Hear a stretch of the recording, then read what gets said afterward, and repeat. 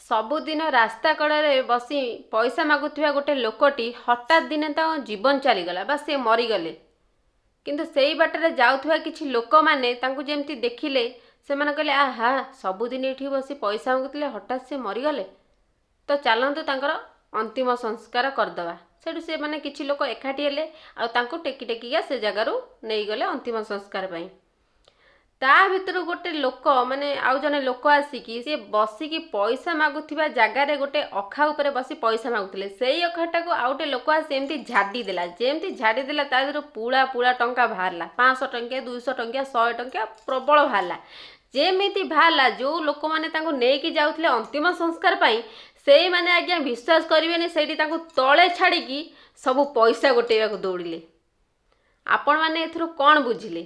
ଏଠି ଗୋଟେ ମଣିଷର ମୂଲ୍ୟ ଇମ୍ପୋର୍ଟାଣ୍ଟ ନା ପଇସାର ମୂଲ୍ୟ ଇମ୍ପୋର୍ଟାଣ୍ଟ? କମେଣ୍ଟରେ ନିଶ୍ଚିନ୍ତ ଜଣାଇବେ।